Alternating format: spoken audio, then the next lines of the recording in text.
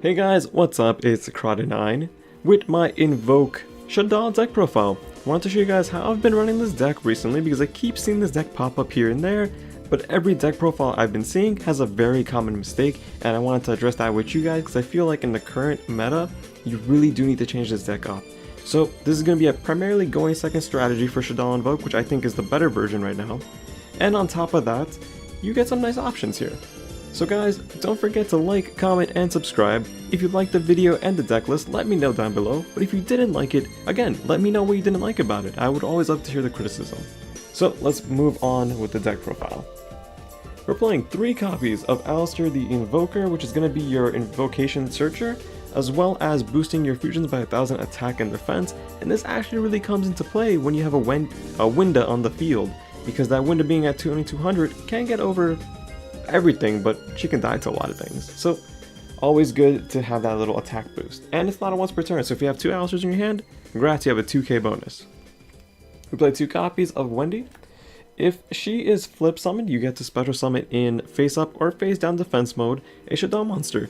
If she's sent to the graveyard by a card effect, which could be like Foolish Burial or another SHADDOLL effect, she is able to special summon in face down defense mode a SHADDOLL monster from your deck, and that will actually come up pretty frequently. Also a win target in case you want to play Raijin. We play 1 copy of Ariel, so her whole purpose is to essentially bring back a banned SHADDOLL monster when she is flip summoned. So that will come into play with a trap card that we play. But her other effect is that if she's sent to the graveyard by card effect, you get to banish 3 cards from your opponent's graveyard, and that's really strong. That can actually win you a lot of games against like Eldritch and stuff. We play 2 copies of Beast. I value the draw power. You can even set this with Wendy, honestly, and half the time just leave it on the field until next turn, depending on what your board looks like, and that can actually save you. It's a really good card. You know, on the flip, you get to draw 2, discard 1, and on the send effect to the graveyard, you just draw 1 card for free, so it's just your upstart goblin, essentially. I play 2 Squamatas. I don't play 3 in this version. I don't think it's really needed. So on the flip summon, it's a Man-Eater bug, and when it's sent to the graveyard, you can go ahead and send any SHADDOLL card to the graveyard. It doesn't have to be monster, it could be a spell, it could be trap. That also comes into play quite a lot. And at the worst case scenario, is an 1800 attack beater. Again, something like an 1800 attack beater will come into play more frequently than people expect. Continuing on, we're playing 2 copies of Hedgehog. So on the flip, you get to add a SHADDOLL spell or trap card to your hand, and when it's sent to the graveyard by card effect, you get to add a SHADDOLL monster to your hand. So good utility for both options there. And finally, for the SHADDOLL monster lineup, we're playing 1 Dragon, which I'm still shocked it doesn't have a holo printing. It's a good card. It lets you pop a back row on your opponent's side of the field. The flip effect doesn't really happen too much, but when you flip it, you can compulse something on the field, which is good. Most of the time, you're going to be using the spell and trap effect. Really good card. Again, 1900 attack beater, so again, if this is your best normal summon for the turn and you don't need to use it for a SHADDOLL fusion, just attack with it. That still does damage. So for the hand trap lineup, we're playing 3 Phantasme. We're going second. There's a lot of links in the format: Needle Fiber, Halifabrax, Appaloosa technically speaking, but we don't want to use Phantasme when there's an Appaloosa on the field. But generally speaking, a lot of decks still play links. You know, Link Cross is also an option, Link Karibo, there's a lot of things. So getting that draw power is really important, and you want to make sure you have as consistent of a hand going second, because you will have 6 cards, and this just replaces that card in your hand, and that's really solid. Also protects your cards from being targeted, which is also cool, so if they impermanence you and you have Phantasme on the field, you discard a card and then you just negate destroy the impermanence. So, 2 copies of Ash. I know, I'm like the king of 2-ofs. I think 2 is fine. Again, you have Phantasme, you're going to be able to recycle some cards in your hand, and I don't want to have 3 of these and potentially brick on them, because even though it's sometimes good to have 2 in your hand and have 1 for when you're going second, I just want to see 1, make sure I stop something of my opponent's plays, and continue on. So that's why I play 2. But also it's because I play a diverse hand trap lineup in a way. I also play 2 Ghost Ogre, which again, I've been saying this for like 2 years now. I think this is one of the best hand traps. And it still shocks me people debate on it, because it hits continuous traps, it hits some field cards, it hits continuous spell cards, which I didn't mention, it hits monster effects. So if your opponent activates Needle Fiber on their turn, so you can't do the banish effect, you're able to just activate Ogre, and then cool, they get the summon, but then it's like, where do you extend from there if you have no other extenders on the board? And a lot of time they need that Link Ross to keep extending. So Ogre at 2, perfectly fine. Solid card. Also, your only light target of the deck, which I should have mentioned. You're not playing a lot of light targets for going second. This is pretty much the only thing you really need, because there's other ways to get to Construct in this deck, but this is still really good. That's an option in case you're going second. They have an extra deck monster. You activate, SHADDOLL Fusion, and then you just give away a Ghost Ogre. Doesn't really hurt too much. 1 Terraforming, nothing too much to say about that. You search out your Meltdowns. So Meltdown is actually one of the most solid field cards for fusions in general. So what happens is that on the summon of your fusion monster, you can activate any chain that you want in any, chain link. There's no point to chain block because essentially Meltdown is the chain block. It's a passive chain block. So if I activate like Construct Chainlink 1, Dragon Chainlink 2, Chainlink 3, I don't know, Beast, right? They can't Ash the Beast. They can't do anything. They can't call by the Graveyard when the Construct hits the field, because Meltdown says that they cannot respond to the activation. They cannot negate the activation of your fusion cards. They can still negate the effect. That's important. They cannot respond to the summon of the card. So if the card is already summoned, you have to wait for me to do my chain links, and then you have the, option to respond once it's resolved. Really strong. Oh, and it switches out your Alistair. Moving on. 3 copies of Invocation. I know some people play 2, but I don't see why. You're playing a fusion deck, and you want to see as many fusions as you can. And honestly speaking, Invocation at 3 is fine because you have a lot of options for it. I guess you can cut it down to 2 if you want, but I think 3 is the golden ratio for this deck and the extra deck. We're also playing, obviously, the 3 copies of SHADDOLL Fusion. It is a SHADDOLL deck. Really good, one of the most broken fusion cards. Go second, they have an extra deck monster, you activate it, boom, you can use your cards from your deck, so you don't even need to waste your cards from your hand. Really solid, really awesome. 2 copies of El SHADDOLL Fusion. So I'm only playing 2 because I don't want to clog it up with, 9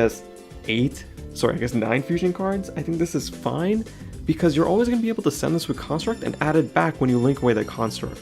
So you have good options, you don't really need to waste more than you need. So that's why I'm only playing 2.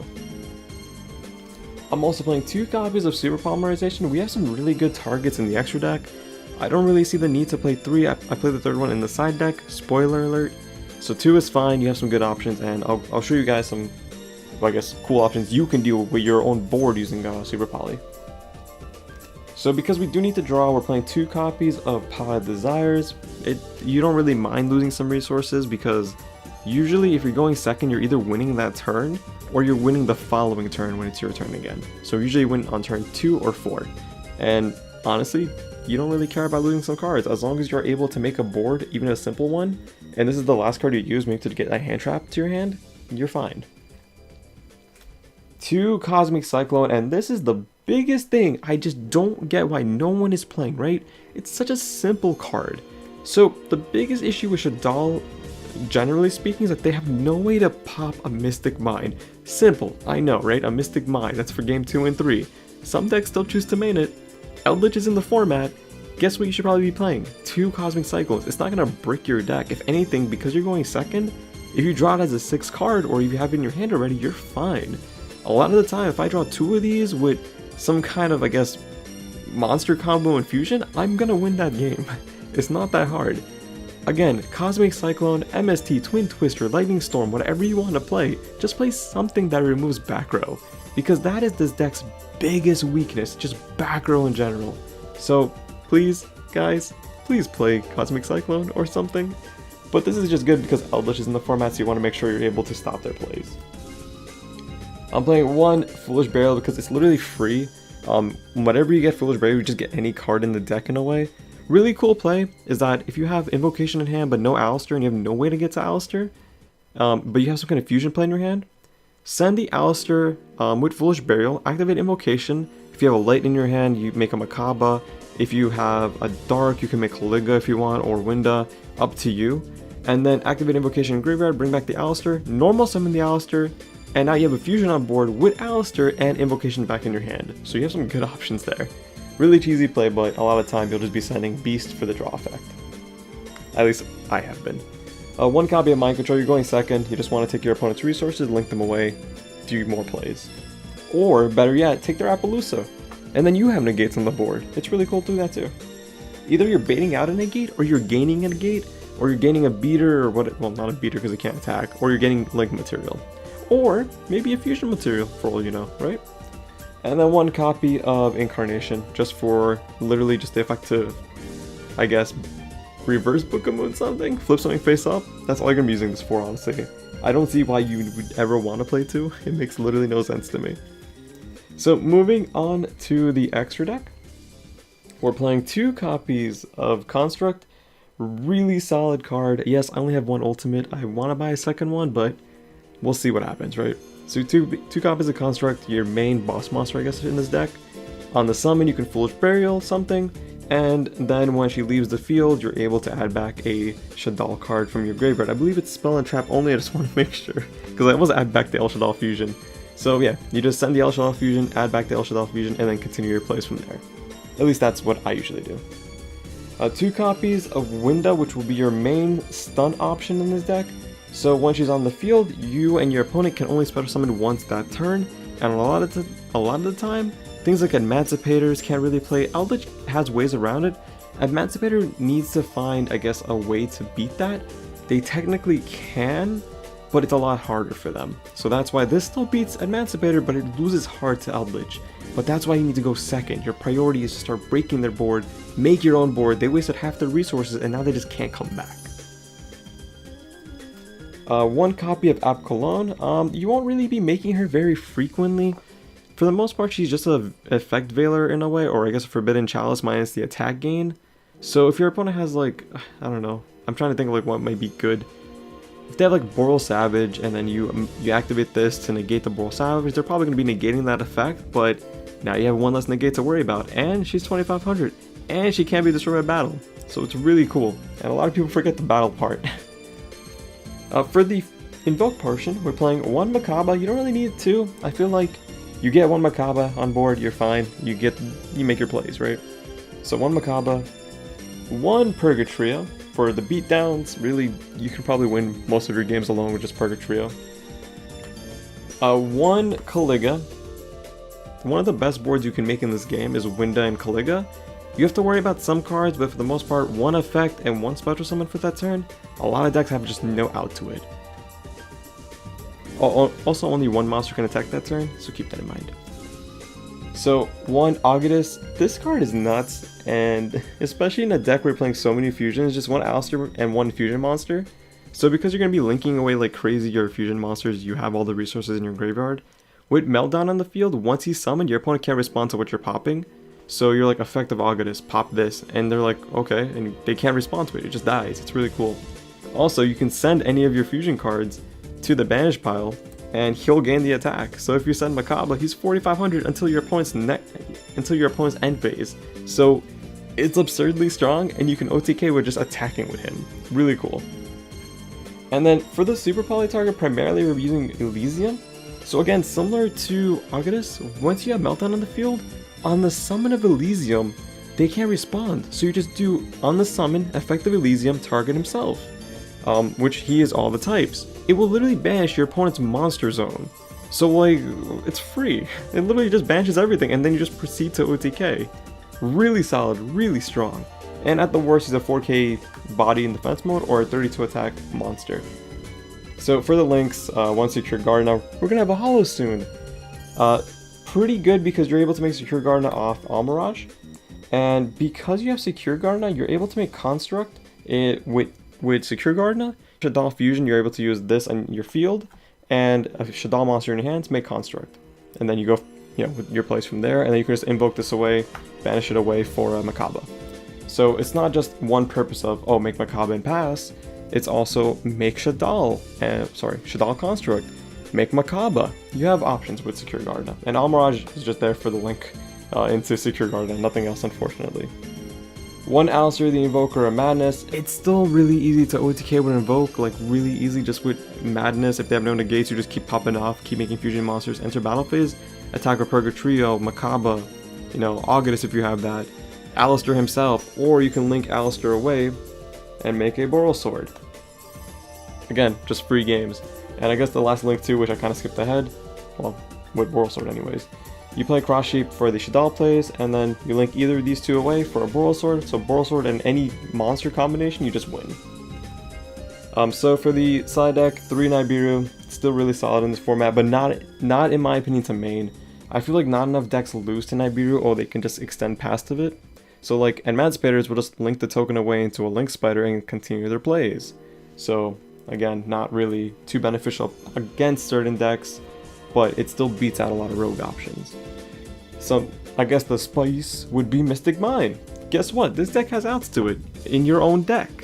So you're able to replace it with Meltdown, you're able to Cosmic Cyclone it away if you really need to do that. You have options, and sometimes this going second can just win the game, right? Bait out a couple negates, boom, Mystic Mine. What are you gonna do? Nothing.